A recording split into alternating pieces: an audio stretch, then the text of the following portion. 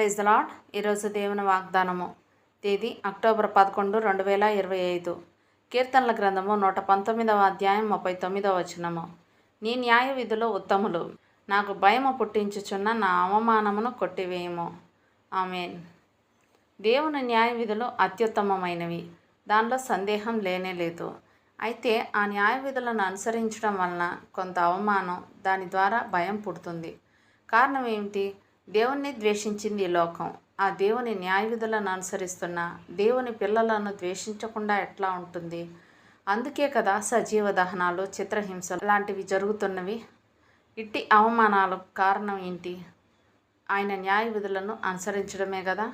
అవును, అందుకే కీర్తనాకారుడు కలిగిన అవమానాలను బట్టి ఆయన్ని ప్రార్థిస్తూ స్తుతిస్తున్నాడు. కీర్తనల గ్రంథం 89వ అధ్యాయం 50 నుండి 52 వచనాల వరకు చూసినట్లయితే, ప్రభువా, నీ సేవకులకు వచ్చిన నిందను జ్ఞాపకం చేసుకొనుము. బలవంతులైన జనులందరి చేతను నా ఎదలో నేను భరించుచున్న నిందను జ్ఞాపకం చేసుకొనుము. యెహోవా, అవి నీ శత్రువులు చేసిన నిందలు, నీ అభిషిక్తుని నడతల మీద వారు మోపుచున్న నిందలు. యెహోవా నిత్యము స్తుతినందును గాక. ఆమేన్, ఆమేన్.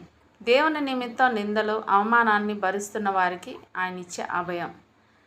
యెషయా గ్రంథం 51వ అధ్యాయం 7వ వచనం చూసినట్లయితే, నీతి అనుసరించు వారులారా నా మాట వినుడి, నా బోధను హృదయమందుంచుకున్న జనులారా ఆలకించుడి. మనుషులు పెట్టు నిందకు భయపడకుడి, వారి దూషణ మాటలకు దిగులు పడకుడి అంటున్నాడు దేవుడే మనతో. దేవుని నిమిత్తం నిందలు, అవమానాన్ని భరిస్తున్న వారికి ఆయన ఇచ్చే వాగ్దానం. యెషయా గ్రంథం 25వ అధ్యాయం 8వ వచనంలో కూడా చూసినట్లయితే, మరెన్నడూను ఉండకుండా మరణమును ఆయన మింగివేయును. ప్రభు అయిన యెహోవా ప్రతి వాని ముఖము మీద బాష్ప బిందువులను తుడిచివేయును, భూమి మీద నుండి తన జనుల నిందను తీసివేయును. ఈలాగున జరుగునని యెహోవా సెలవిచ్చుచున్నాడు. అవును, ఆయన నిమిత్తము నిందలను, అవమానాలను అనుభవించాల్సి వస్తే అవి మనకు కలిగిన ఆధిక్యతలుగా భావించి ఆయనిచ్చే ధన్యకరమైన జీవితానికి వారసులు అవుదాం. దేవుడిచ్చిన ఈ వాగ్దానాన్ని స్వతంత్రించుకొని ఆయనకి కృతజ్ఞతాస్తుతులు చెల్లించుకుందాం.